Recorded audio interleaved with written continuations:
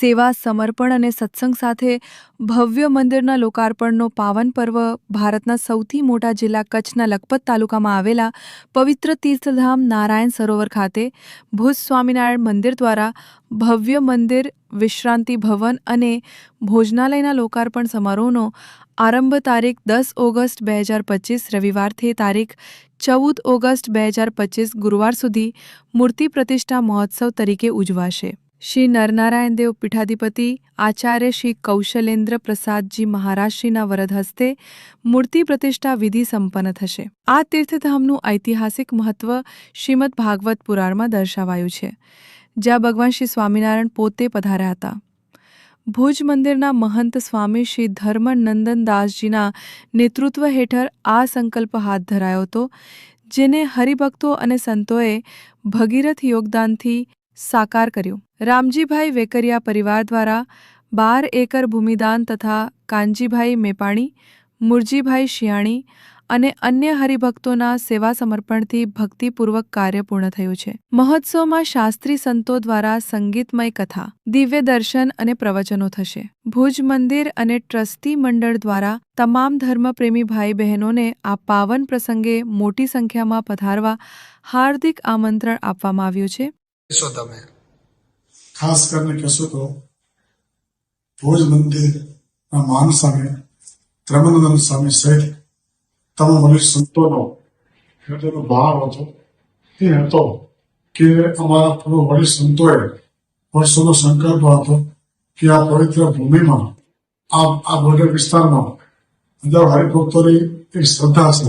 900 તીર્થો પર તીર્થસ્થાનો પર તો સરસ મજાનું કાર્ય નિર્માણ થાય. સંકલ્પ એ હતો કે આ પવિત્ર સ્થાનમાં હજારો હરિભક્તોની આસ્થા સમાયેલી છે. આવું પવિત્ર સ્થાનમાં હરિભક્તો આવવા રહેવાની સગવડતા પર્યાપ્ત નથી. હરિભક્તો માટે સરસ વ્યવસ્થા માનસર સંકલ્પ કર્યો. એ સંકલ્પ લગભગ 2 વર્ષની અંદર આ સંકલ્પ જે સંકુલ આપ જોઈ રહ્યા છો, સંકલ્પ 2 વર્ષની પરિપૂર્ણ થયો છે.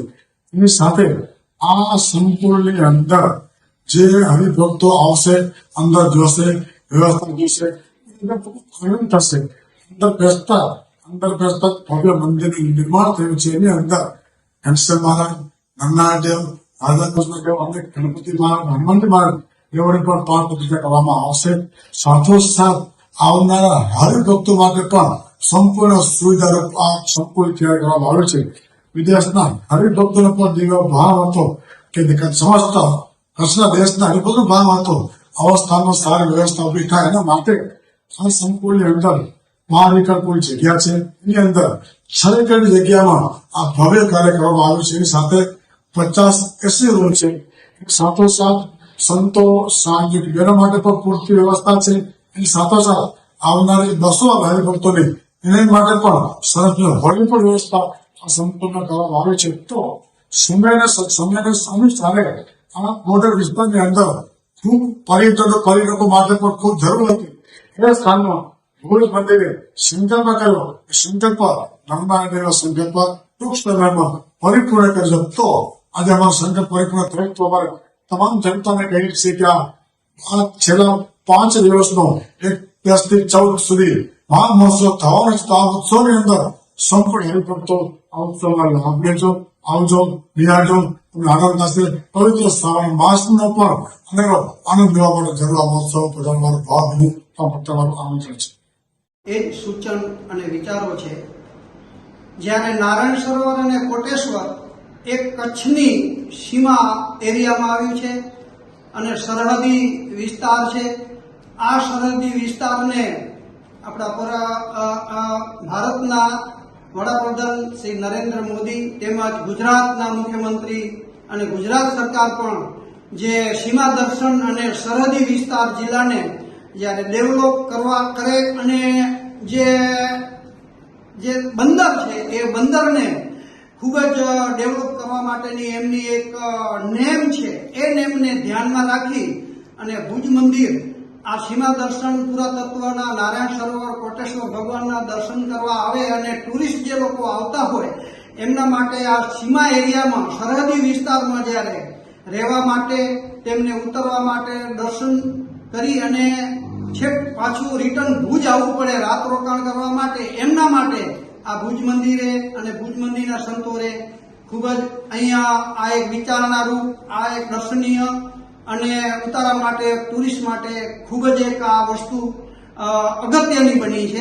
આ સંતોનો આદેશ અને વિચારથી આ ભુજ મંદિરનું ટ્રસ્ટી મંડળ, સર્વે સત્સંગી ભાઈઓ, ડોનરો, જે દાતારો છે એ બધા ભુજ મંદિરના મહંત સ્વામી અને સંતોની આજ્ઞા અને એમની સીધી દેખરેખ હેઠળ આ સંસ્થા આ સ્થળને ડેવલપ કર્યું છે અને એમનું હંમેશા ટ્રસ્ટી મંડળ એમની આજ્ઞામાં રહી અને અમે બધા કામ કરતા હોઈએ છીએ.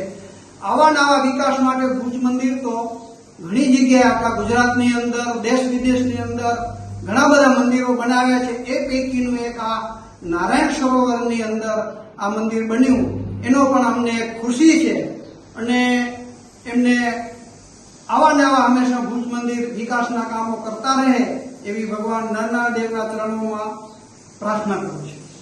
જો આ નારાયણ સરોવરમાં તમે દર્શન કરવા આવો ને તો જ તમને અહીંયા પગ મૂકો ને શાંતિ થઈ જાય એવું આ સ્થળ છે. તો અહીંયા કને જે આવશે, સ્વામિનારાયણ સંપ્રદાયના હરિભક્તો આવશે, એના સિવાયના કોઈ પણ સનાતની બીજા હરિભક્તો આવશે, બધાને અહીંયા પગ મૂકશે ને શાંતિ થશે એવું આ સ્થળ છે. અને નારાયણ સરોવરનો એટલો બધો મહિમા છે, જે આ નારાયણ સરોવરમાં આવીને દર્શન કરે, અહીંયા ગોમતી તળાવમાં નાય, કોટેશ્વરના દર્શન કરે, એ જરૂર ધન્ય ભાગ્યશાળી જીવ સુખી થાય અને એને પણ શાંતિ થશે. એટલા માટે આ ભુજ મંદિરે આ કાર્ય કરેલું છે. ભુજ મંદિર દ્વારા મેડિયાબેટ હનુમાનજી મંદિર એ પણ આપણે સરહદ ઉપર એનું નિર્માણ કરેલું છે. ત્યાં ઘણા બધા હરિભક્તો લાભ લે છે. એ જ પ્રમાણે અહીંયા નારાયણ સરોવર એ પણ સરહદ શસ્ત્ર ઉપર જ છે. તો એમાં પણ આપણે પ્રચાર પ્રસાર હિન્દુ ધર્મના, સનાતન ધર્મના માટે આ નિર્માણ થયેલા છે. તો એમાં પણ હરિભક્તો ઘણા બધા લાભ લે છે. તો એ ભુજ મંદિર દ્વારા આ બધા આયોજન કરેલ છે. હર હંમેશ વિદેશ હોય કે દેશ હોય, આ જગ્યાએ બધી જગ્યાએ આ પ્રમાણે સ્વામિનારાયણ મંદિર ભુજ દ્વારા આયોજન થાય છે.